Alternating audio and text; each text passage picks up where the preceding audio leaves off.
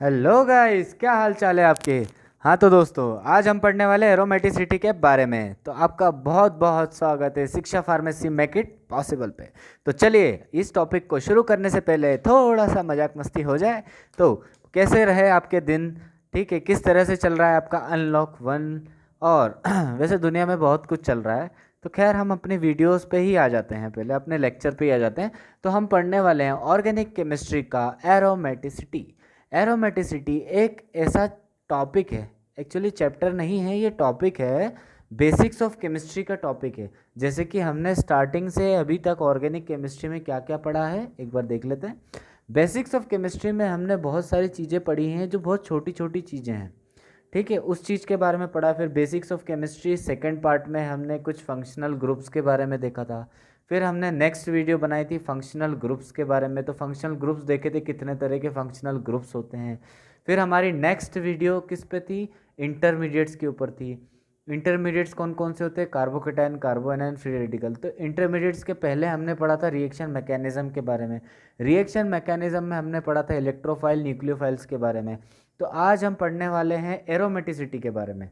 तो aromaticity, actual में aromaticity क्या होती है, एरोमेटिक कैरेक्टर्स शो करती है। एरोमेटिक कैरेक्टर एरोमेटिसिटी शो करती है।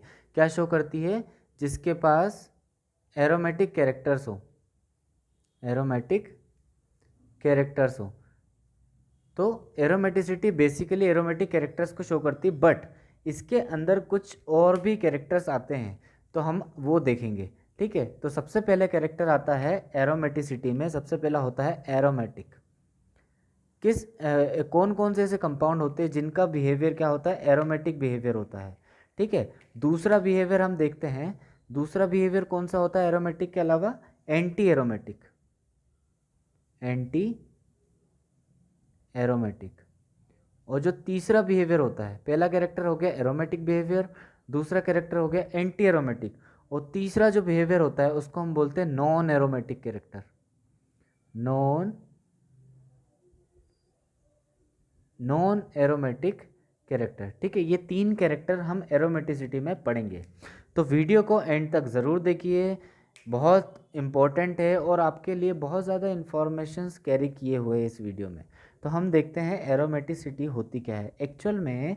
एक रूल इसमें काम करता है, कौन सा रूल इसमें काम करता है, इसमें एक रूल काम करता है जिसको हम बोलते हैं हकल्स रूल, हकल्स रूल। अब ये क्या होता है, हकल्स रूल क्या होता है, एक साइंटिस्ट थे हकल्स रूल, उन्होंने कुछ नॉर्म्स अपने बनाए थे, उन्होंने कुछ अपने प्रिंसिपल डिसाइड किए थे कि कौन कौन से कंपाउंड एरोमेटिक बिहेवियर शो करते हैं। तो उन्होंने उनके हिसाब से, उनके रूल्स के हिसाब से इसमें क्या होता है, एरोमेटिक कैरेक्टर शो होते हैं। बट याद रखिए, यहाँ से क्वेश्चंस पूछे गए हैं जीपैट में और नाइपर में, और फार्मासिस्ट के एग्ज़ाम में एक आध दो क्वेश्चन इससे आते हैं, बट जीपेट के हिसाब से, in the point of view of GPAT, it is very very important topic, Huckel's rule, ठीक है। एरोमेटिसिटी, हकल्स रूल्स, एरोमेटिसिटी को ही हम हकल्स रूल्स के नाम से भी जानते हैं, ठीक है। हकल्स रूल्स, तो हम देखते हैं इसके क्या क्या उन्होंने बताए थे। तो सबसे पहला एरोमेटिक बिहेवियर शो करने के लिए हकल्स रूल का पहला प्रिंसिपल था कि उस कंपाउंड को क्या होना चाहिए, साइक्लिक होना चाहिए। उस कंपाउंड को क्या होना चाहिए, साइक्लिक होना चाहिए। साइक्लिक मतलब कोई भी रिंग फॉर्म में होना चाहिए, ठीक है। अभी एग्जांपल दे रहा हूँ मैं, एग्जांपल बाद में बताऊंगा, अभी कुछ ऐसे ही मैं बता रहा हूँ सपोज करने के लिए। सपोज ये एक रिंग है, बेंजीन रिंग, ठीक है। तो ऐसी ये साइक्लिक है। तो पहला प्रिंसिपल उसका ये था कि कोई भी कंपाउंड अगर वो एरोमेटिक बिहेवियर शो कर रहा है तो वो सबसे पहले क्या होना चाहिए, वो साइक्लिक होना चाहिए। दूसरा, जितने भी साइकिल के एटम हैं उन पे क्या होना चाहिए, sp2 कैरेक्टर शो होना चाहिए, sp2 कैरेक्टर शो होना चाहिए, sp2 हाइब्रिडाइजेशन शो होना चाहिए। मैं ये रूल के बाद आपको हाइब्रिडाइजेशन के बारे में बताऊंगा। तो sp2 अभी आप बस सुन लीजिए, ठीक है। सबसे पहला कैरेक्टर है साइक्लिक, मतलब हम एक साइकिल बना लेते हैं। ये हमने एक साइकिल बना ली, बेंजीन, ठीक है। अब इसमें देखो, ये क्या होते हैं, कार्बन्स को शो करते हैं। मैंने आपको बताया था कि मॉडर्न केमिस्ट्री में इस तरह से जो है चेन को बनाया जाता है। तो रिंग, ये इसमें देखो कितने कार्बन है, इसमें 6 कार्बन है, 1 2 3 4 5 6, 6 कार्बन है। ये साइकिल है, सबसे पहला प्रिंसिपल के अकॉर्डिंग ये साइकिल हो गया। दूसरा, sp2 कैरेक्टर शो होना चाहिए, ठीक है। sp2 कैरेक्टर, sp2 कैरेक्टर्स के लिए sp2 कैरेक्टर्स मतलब क्या होना चाहिए, देखिए अभी बताता हूँ मैं sp2 कैरेक्टर होते क्या हैं। ठीक है, sp2 कैरेक्टर किस तरह से शो होते हैं, मैं आपको थोड़ा सा एक इंट्रो आपको देता हूँ sp2 के बारे में। ठीक है, चलिए हकल्स रूल्स के पहले मैं आपको हाइब्रिडाइजेशन एक्सप्लेन कर देता हूँ। तो हम हाइब्रिडाइजेशन थोड़ा सा बिल्कुल बहुत ज़्यादा इंपॉर्टेंट टॉपिक है, बट मैं आपको शॉर्ट में बहुत ज़्यादा उसको एक्सप्लेन कर लूँगा। ठीक है, हाइब्रिडाइजेशन नाम से ही पता चल रहा है, हाइब्रिडाइजेशन मतलब जिसमें हाइब्रिड मॉलिक्यूल्स से मिलके क्या बनता है, the science of hybrid molecules. ठीक है, the science of hybrid molecule, उसको क्या बोलते हैं, हाइब्रिडाइजेशंस। ठीक है, हाइब्रिडाइजेशन क्या होते हैं, जनरली जो हम कॉमनली बात करते हैं जो बुक्स में अवेलेबल है और जहाँ से क्वेश्चन आते हैं। वैसे हाइब्रिडाइजेशन बहुत ज़्यादा डीप टॉपिक है, एडवांस टॉपिक है, तो हम सिर्फ उतना ही पढ़ेंगे जितना इंपॉर्टेंट है एग्ज़ाम्स के लिए। ठीक है, नॉलेज पर्पज़ के लिए इसके लिए वीडियो आप, अगर आपको इस चीज़ के बारे में और डीप में पढ़ना है तो आप हमें कमेंट करके बताइए, इसके लिए मैं डीप से वीडियो भी बना दूंगा एक हाइब्रिडाइजेशंस के ऊपर। बट अभी सिर्फ शॉर्ट में सुनिए। जनरली हम पढ़ते हैं हाइब्रिडाइजेशन में sp, sp2 और sp3 के बारे में। अभी सिर्फ हम तीन ही देखेंगे, हाइब्रिडाइजेशन और भी कई तरह के होते हैं, अलग अलग टाइप्स होते हैं, लेकिन हम सिर्फ इन तीनों का ही देखेंगे क्योंकि यही इंपॉर्टेंट है अभी। ठीक है, sp हाइब्रिडाइजेशन का मतलब क्या होता है मैं अभी आपको एक्सप्लेन करूंगा थोड़ी देर से। तो तीन तरह के हाइब्रिडाइजेशन हम पढ़ने वाले हैं। ठीक है, तो अब एक एक करके देखते हैं। sp हाइब्रिडाइजेशन, सबसे पहले तो इसका नाम sp पढ़ा कैसे, तो आपको पता है कि हमारी केमिस्ट्री में कुछ चार तरह के ऑर्बिटल्स होते हैं। ठीक है, s orbital, p orbital, D orbital और एफ ऑर्बिटल, इन चारों को लेके मैंने आपको रूल्स बताए थे पहली क्लास में, आफ्बा रूल, जिसमें उन्होंने चारों ब्लॉक को, चारों जो ब्लॉक हैं एस पी डी एफ, उनको लेके उन्होंने एक अलग से स्ट्रक्चर बनाया था। ठीक है, 1s2 इलेक्ट्रॉनिक कॉन्फ़िगरेशन एक्सप्लेन करी थी, तो हम उसी को लेके चारों ब्लॉक को लेके एक्सप्लेन करते हैं। तो उन्होंने बताया था कि चार ब्लॉक होते हैं। ठीक है, चार ब्लॉक होते हैं, S block, P block, D block और एफ ब्लॉक। ठीक है, इनकी अलग अलग प्रॉपर्टीज़ होती हैं। ठीक है, जो एस ब्लॉक होता है, एस ब्लॉक का शेप होता है स्फेरिकल शेप। एस ब्लॉक का शेप क्या होता है, स्फेरिकल शेप होता है, मतलब इस तरह का शेप होता है, स्फेरिकल शेप होता है। लेकिन इसमें जो अपने इलेक्ट्रॉन्स हैं, इसमें इलेक्ट्रॉन्स का मूवमेंट किस तरह से होता है, एक क्लॉकवाइज होता है और एक एंटी क्लॉकवाइज होता है। इसमें दो इलेक्ट्रॉन्स का मूवमेंट होता है एस ब्लॉक में। ठीक है, एक क्लॉकवाइज होता है और एक एंटी क्लॉकवाइज होता है। जो पी ऑर्बिटल होते हैं, इनका जो शेप होता है वो होता है डम्बल शेप, डम्बल शेप होता है। ठीक है, डम्बल शेप होता है। इसमें क्या होते हैं, तीन तरह के स्ट्रक्चर्स आते हैं जो मैंने आपको बताए थे फर्स्ट क्लास में, जब मैंने हुंड रूल आपको बताया था। जो पी ब्लॉक होते हैं उसमें होता है P X, P Y and P Z. जो पी एक्स होता है उसका शेप कुछ इस तरह से होता है, वाई होता है उसका शेप कुछ इस तरह से होता है, ठीक है, जेड होता है उसका कुछ इस तरह से होता है। ये ऐसे भी हो सकते हैं ट्रांसफर। ठीक है, या हम बोल सकते हैं कि ये क्या नाम से, ये एक्स है, ये वाई है और ये जेड है। ठीक है, इस तरह से होते हैं, ये तीन शेप होते हैं। ठीक है, इनको कुछ भी बोल सकते हैं। तो ये मैं आपको कंफर्म इसका बताता हूँ। जैसे सपोज कीजिए इसका शेप किस तरह से, ये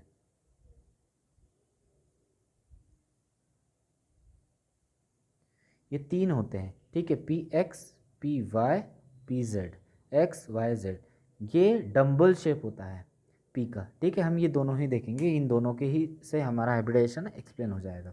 तो आगे चलते हैं। ठीक है, एस का क्या होता है, स्फेरिकल शेप होता है, इसमें दो इलेक्ट्रॉन आते हैं। पी में कितने आते हैं, 6 इलेक्ट्रॉन ट्रांसफर होते हैं, अलग अलग डम्बल्स उसमें। ठीक है, तो हाइब्रिड मॉलिक्यूल, तो हम देखते हैं एस पी हाइब्रिडाइजेशन क्या होता है।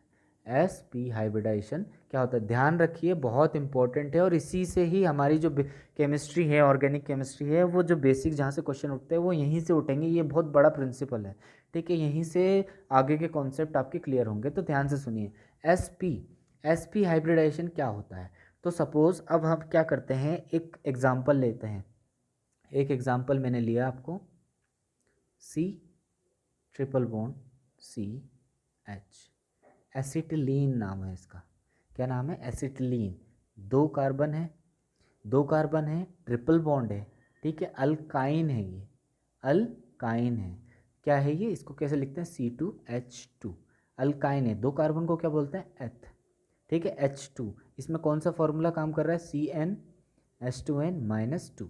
ठीक है, अल्काइन है ये। अल्काइन में इसका फेमस नाम होता है एसिटिलीन। अब हम इससे आपको बताएंगे कि sp हाइब्रिडाइजेशन होता क्या है। ठीक है, तो हम इसको ओपन करके लिखते हैं, ध्यान दीजिए, बहुत ज़्यादा इंपॉर्टेंट है। ठीक है, एक एग्जांपल है एसिटिलीन, तो हम इसको इस तरह से लिखते हैं। ये इसके मैं आपको ओपन करके बता रहा हूँ स्ट्रक्चर, और sp हाइब्रिडाइजेशन के बारे में आपको एक्सप्लेन करूँगा। मैंने ये आपको फर्स्ट क्लास में भी आपको एक्सप्लेन किया था कि एसिटिलीन के स्ट्रक्चर, जब मैं आपको बॉन्डिंग के बारे में बता रहा था, सिग्मा बॉन्डिंग और पाई बॉन्डिंग के बारे में, तब मैंने आपको इस चीज़ के बारे में बहुत और अच्छे से एक्सप्लेन किया था। ठीक है, और इसमें आता है CH।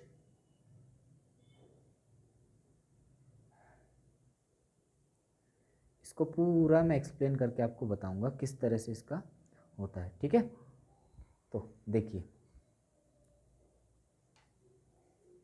यहाँ पे, ये देखिए हेड टू हेड ओवरलैप हो रहा है इधर, यहाँ और यहाँ। यहाँ पे क्या होती है, सिग्मा बॉन्डिंग है, सिग्मा बॉन्डिंग है। ठीक है,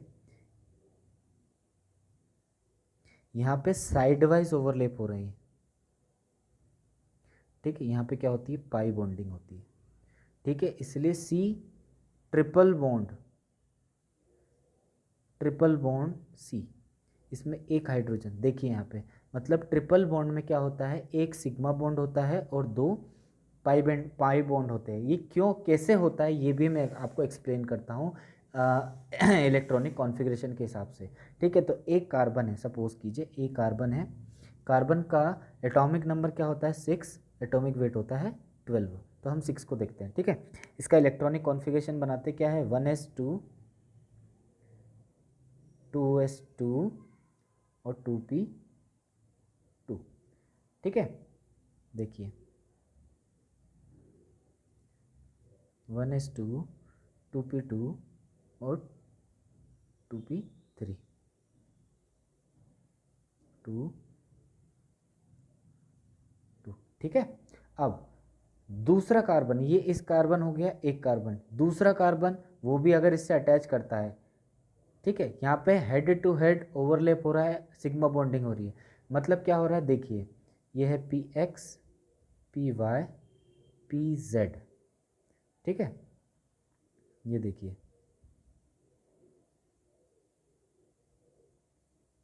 यहाँ पे भी सेम है दूसरे कार्बन का। समझ में आ रही बात। ठीक है, अब देखिए यहाँ पे एक हाइड्रोजन ने, एक इस हाइड्रोजन ने इसको एक इलेक्ट्रॉन दिया अपना, क्योंकि हाइड्रोजन में क्या होता है, 1s1 होता है। ठीक है, ये दूसरा हाइड्रोजन ने अपना दूसरा एटम इसको दिया, इस वाले हाइड्रोजन ने। ठीक है, एक हाइड्रोजन इसके पास है, दूसरा हाइड्रोजन इसके पास है, एक कार्बन और दूसरे कार्बन के पास। ठीक है, एक एक हाइड्रोजन ने दे दिया, मतलब यहाँ पे देखिए एक एक इलेक्ट्रॉन आ गए, फिल हो गए, मतलब सिग्मा बॉन्डिंग हो गई है।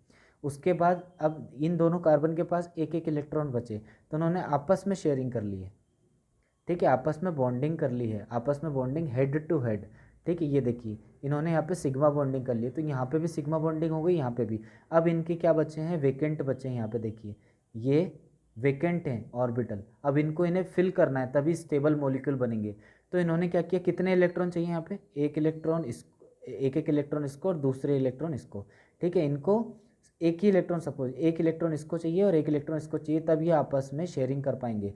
तो ये क्या करते हैं आपस में, इसका और इसका, एक इधर बॉन्डिंग और एक इधर बॉन्डिंग, तो ये आपस में क्या कर लेंगे, बॉन्डिंग कर लेते हैं साइड वाइज। ठीक है, इस तरह से क्या कर लेंगे, बॉन्डिंग कर लेंगे आपस में। तो 2 पाई हो गए, मतलब इन्होंने क्या किया, 2 इलेक्ट्रॉन्स को शेयर किया आपस में। तो क्या बन गए, ये 2 पाई बन के एक सिग्मा हो गया, C triple bond C acetylene बना। तो इस तरह से क्या हो गया, ये मॉलिक्यूल जनरेट हुआ। तो देखिए अब यहाँ पे मैं आपको sp हाइब्रिडाइजेशन बताता हूँ। तो इस मॉलिक्यूल में क्या होता है, कुछ एंगल्स बनते हैं, ये देखिए कुछ एंगल्स बने, इस एंगल के हिसाब से ये जो एंगल बना है, ठीक है, यहाँ देखिए ये एंगल बना है, मतलब क्या हुआ यहाँ पे। ठीक है, ठीक है, तो sp हाइब्रिडाइजेशन किस तरह से होता है मैं आपको अब एक्सप्लेन करूंगा किस तरह से ये इलेक्ट्रॉन्स को शेयर करते हैं। जो मैंने अभी थोड़ी देर पहले आपको इलेक्ट्रॉन शेयरिंग बताई है कॉमनली क्या है उस तरह से मैंने आपको एक्सप्लेन किया है कि इस तरह से बॉन्डिंग इनकी होती है। ठीक है, अब इसके और डीप चलते हैं। ठीक है, sp हाइब्रिडाइजेशन के बारे में देखेंगे, हम स्पेसिफिक बात करेंगे अब sp हाइब्रिडाइजेशन के बारे में। ठीक है, किस तरह से sp हाइब्रिडाइजेशन कहलाया। ठीक है, किस तरह से उसको sp हाइब्रिडाइजेशन बोलेंगे। तो देखिए, एक कार्बन है, मैंने आपको बताया था कि कार्बन की दो स्टेट होती हैं जिसमें वो दो वैलेंसी शो करता है। ठीक है, एक होती है उसकी ग्राउंड स्टेट और दूसरी होती है उसकी एक्साइटेड स्टेट। जब भी कार्बन को कोई भी रिएक्शंस करनी होती है तो वो सबसे पहले एक्साइटेड स्टेट में आता है, उसके बाद वो रिएक्शंस को करता है। ठीक है, तो देखिए नॉर्मल कार्बन का इलेक्ट्रॉनिक कॉन्फ़िगरेशन 1s2 2s2 और 2p2 होता है, मतलब उसकी फिलिंग इस तरह से होती है। ठीक है, 1s2 2s2 और 2p2। लेकिन अगर वो एक्साइटेड स्टेट में आ जाए, वो तुरंत उसकी रिएक्शन की पोजीशन में आ जाए, तो उसका क्या होता है, जो s ऑर्बिटल है, ये आउटर शेल का s ऑर्बिटल है, इसका एक इलेक्ट्रॉन उठ के इस उसमें आ जाता है, मतलब वो इस तरह से इसमें 4 अनपेयर्ड इलेक्ट्रॉन बन जाते हैं। ठीक है, तो वो एक्साइटेड स्टेट में आ गया। ठीक है, इसीलिए वो 4 वैलेंसी शो करता है। यहाँ पे 2 वैलेंसी शो कर रहा था लेकिन यहाँ पे 4 वैलेंसी शो करता है। अब इसकी बॉन्डिंग कैसे होती है, ये एक कार्बन की बात कर रहे हैं हम, पहले कार्बन की बात कर रहे हैं एसिटिलीन में। तो पहले कार्बन के पास क्या है, एक हाइड्रोजन है, तो एक हाइड्रोजन ने अपनी शेयरिंग किसको दी, इस s के पास दी। मतलब इसके पास क्या था, 1s1 था, एक ही इलेक्ट्रॉन था। तो इसने क्या किया, उस इलेक्ट्रॉन को इस 2s2, ये जो कार्बन का s ऑर्बिटल है, इसमें एक इलेक्ट्रॉन को दे दिया, जिसके कारण क्या हो गया, s ने जो s ब्लॉक है, s ब्लॉक ने इसमें इसका पार्ट ले लिया रिएक्शन में, मतलब s एक्टिव हो गया। अब दूसरा जो कार्बन है उसके साथ भी यही हुआ, उसका भी s एक्टिव हो गया। ठीक है, फिर क्या हुआ, जो दूसरे कार्बन के पास, अब इनके पास क्या हुआ, देखिए इन्होंने क्या किए, आपस में शेयरिंग कर ली, एक इलेक्ट्रॉन इसका एक इलेक्ट्रॉन इसका, तो इन्होंने आपस में शेयरिंग कर ली। आपस में शेयरिंग कर ली मतलब एक s और एक p, इन दोनों ने क्या किया, s को तो हाइड्रोजन मिल गया लेकिन p ने क्या किया, आपस में शेयरिंग कर ली। आपस में शेयरिंग की वजह से क्या होता है, पाई बॉन्ड उन्होंने साइड वाइज ओवरलैप कर लिए। तो s और p ने क्या हुआ, पार्ट ले लिया, s ऑर्बिटल ने और p ऑर्बिटल ने क्या किया, पार्ट ले लिया इस चीज़ के बारे में कि नहीं, अब इसने इसकी वैलेंसी कंप्लीट कर ली। ठीक है, इसने अपनी वैलेंसीज क्या कर ली, कंप्लीट कर ली। तो उस वजह से s और p हाइब्रिडाइजेशन बना, मतलब s ऑर्बिटल और p ऑर्बिटल ने ओवरलैप करके एक हाइब्रिड मॉलिक्यूल्स को बनाया, जिसको हम क्या बोलते हैं, एसिटिलीन बोलते हैं। तो इस तरह से sp हाइब्रिडाइजेशन को एक्सप्लेन किया गया, sp हाइब्रिडाइजेशन। ठीक है, sp हाइब्रिडाइजेशन में अब हम पढ़ेंगे कि ये जो मेन sp हाइब्रिडाइजेशन मैंने बता दिया, अब इसी तरह से sp2 होता है और sp3 होता है। तो sp हाइब्रिडाइजेशन होता है, इसका जो शेप होता है वो होता है लीनियर शेप, लीनियर शेप होता है। लीनियर शेप क्यों, देखिए ये लीनियर शेप है। ठीक है, लीनियर शेप में इसमें एंगल कितना बनता है, देखिए इसमें एंगल बनता है 180 डिग्री का, 180 डिग्री का इसमें एंगल बनता है। ठीक है, तो sp हाइब्रिडाइजेशन में जो भी हम हाइब्रिडाइजेशन पढ़ रहे हैं उसका एक तो एंगल इंपॉर्टेंट है और दूसरा उसका शेप इंपॉर्टेंट है। ठीक है, लीनियर शेप का होता है और इसमें एंगल होता है 180 डिग्री। अब ये हो गया sp की बात। अब हम बात करेंगे sp2 हाइब्रिडाइजेशन की बात। sp2 हाइब्रिडाइजेशन, sp2 हाइब्रिडाइजेशन की बात करते हैं।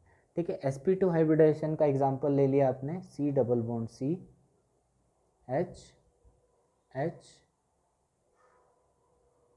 ठीक, ये हो गया sp2 हाइब्रिडाइजेशन की बात। तो sp2 में याद रखिए, sp2 का जो एंगल होता है वो बनता है 120 डिग्री, 120 डिग्री का इसका एंगल होता है। और दूसरा इसका शेप क्या होता है, ट्राइगोनल, ट्राइगोनल इसका शेप होता है sp2 का, और इसमें एंगल होता है 120 का, 120 डिग्री का। ठीक है, तो जहाँ डबल बॉन्ड है, ठीक है, वहाँ पे sp2 हाइब्रिडाइजेशन के चांसेस ज़्यादा होते हैं। ठीक है, इसमें क्या होता है, देखिए 1 2, ठीक है, 3 4 5 6 7 8, इस तरह से इलेक्ट्रॉन, एक बॉन्ड हमेशा 2 इलेक्ट्रॉन से मिलकर बनता है, आपको भी पता है। तो इसमें जो एंगल बना वो किसका बना, देखिए 120 डिग्री का एंगल इसमें बना sp2 हाइब्रिडाइजेशन में। ठीक है, तो इसमें 120 डिग्री होती है और ट्राइगोनल शेप का होता है। अब हम पढ़ने वाले हैं sp3 हाइब्रिडाइजेशन के बारे में। sp3 हाइब्रिडाइजेशन के बारे में मैं आपको बताऊंगा। ठीक है, मैंने आपको एग्जांपल भी दिया था sp3 हाइब्रिडाइजेशन के बारे में। एग्जांपल किसका दिया था मैंने आपको? कार्बन का एग्जांपल दिया था, CH4 का एग्जांपल दिया था, मीथेन का एग्जांपल आपको दिया था मैंने। इसमें शेप कुछ इस तरह से होता है, देखिए, ठीक है। इसका शेप किस तरह से लग रहा है आपको? इसमें जो होता है एंगल, इसमें ये जो एंगल होता है, ये वाला जो एंगल है, ठीक है, ये एंगल होता है 109, मतलब 109 डिग्री और 28 सेकंड, एकदम करेक्ट। ठीक है, यहीं से क्वेश्चन डायरेक्ट उठते हैं। जो sp3 में एंगल बनता है वो एंगल क्या क्या होता है? 109 डिग्री 28 सेकंड का एंगल होता है, जिसका शेप होता है टेट्राहेड्रल। टेट्राहेड्रल, आपको मैंने बताया था tetrahedral valencies of carbon, tetrahedron, ठीक है, टेट्राहेड्रल वैलेंसीज ऑफ कार्बन, ये बहुत फेमस क्वेश्चन आता है।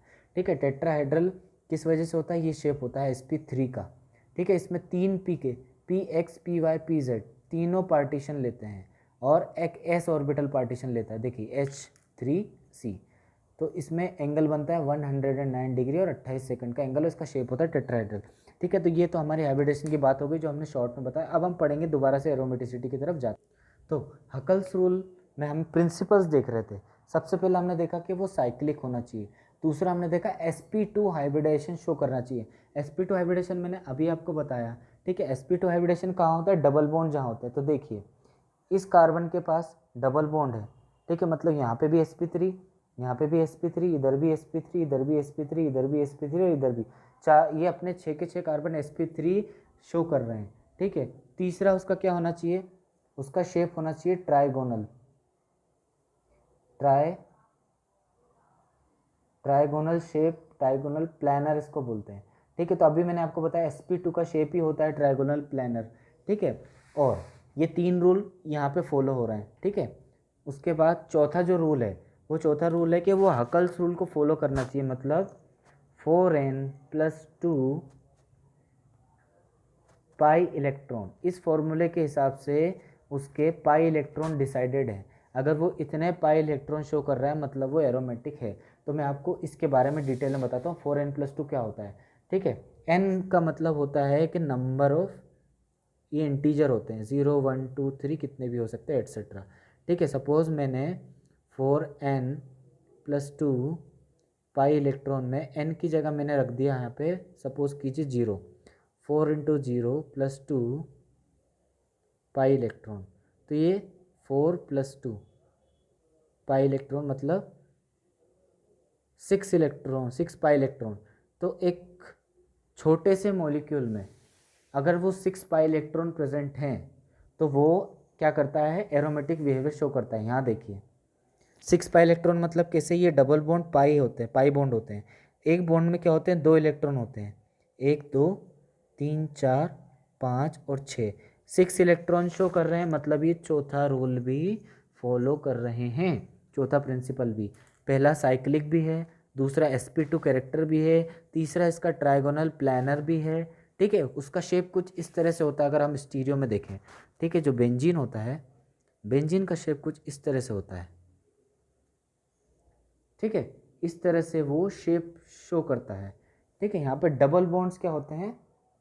डबल बॉन्ड्स का रोटेशन चलता रहता है, मतलब कुछ इस तरह से। ये इसका स्टीरियोकेमिकल स्ट्रक्चर है, ट्राइगोनल प्लानर। ठीक है, उसमें डबल बॉन्ड्स का रोटेशन इस तरह से होता है। ठीक है, जो बेंजीन है उसकी एरोमेटिक, जो आपने एरोमेटिक बिहेवियर ऑफ बेंजीन आपने पढ़ा होगा, ठीक है, उसको मैं बता देता हूँ एरोमेटिसिटी बेंजीन की किस तरह से होती है। बेंजीन का स्ट्रक्चर पहला ये होता है,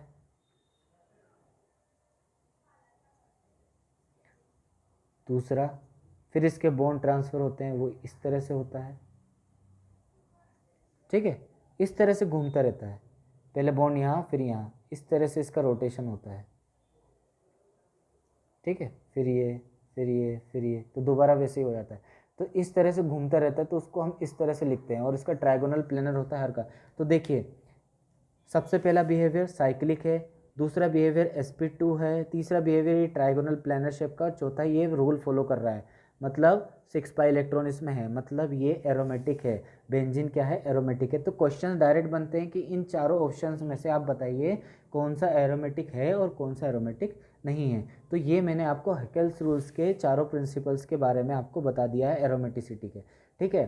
तो एरोमेटिसिटी मैंने आपको एक्सप्लेन की है, छोटा सा बिल्कुल पार्ट मैंने आपको एक्सप्लेन किया है। तो अगली वीडियो में हम डिटेल में इसकी क्लासिफिकेशन पढ़ेंगे कि एरोमेटिसिटी कितने टाइप की होती है, aromatic, non aromatic, anti aromatic, फिर इसके एग्जांपल्स हम देखेंगे, अलग अलग रूल्स होते हैं इनके, ठीक है। तो चलिए अब हम वीडियो को यहीं एंड करते हैं। अगर आपको वीडियो अच्छी लगी है तो कृपया इस वीडियो को लाइक कीजिए, सब्सक्राइब कीजिए, शेयर कीजिए। बहुत से ऐसे लोग हैं जो वीडियो देखते हैं बट लाइक सब्सक्राइब नहीं करते हैं, नॉन सब्सक्राइबर हमारे पास शो हो जाता है, एनालिटिक्स शो हो जाती है, जिनमें से बहुत सारे ऐसे लोग हैं जो नॉन सब्सक्राइबर है उसके बाद भी वीडियोस को देखते हैं। तो उन लोगों से गुजारिश है, आप वीडियो देखते हैं तो बस उसको एक नीचे लाल बटन होगा उसको सब्सक्राइब कर दीजिए और बगल में बेल आइकॉन है उसको प्रेस कर दीजिए, जिससे आप तक हमारी वीडियोस पहुंचती रहेंगी, ठीक है। तो चलिए अब हम आपसे अलविदा लेते हैं और अपना ध्यान रखिए, समय बुरा चल रहा है, ठीक है। तो बहुत बहुत धन्यवाद।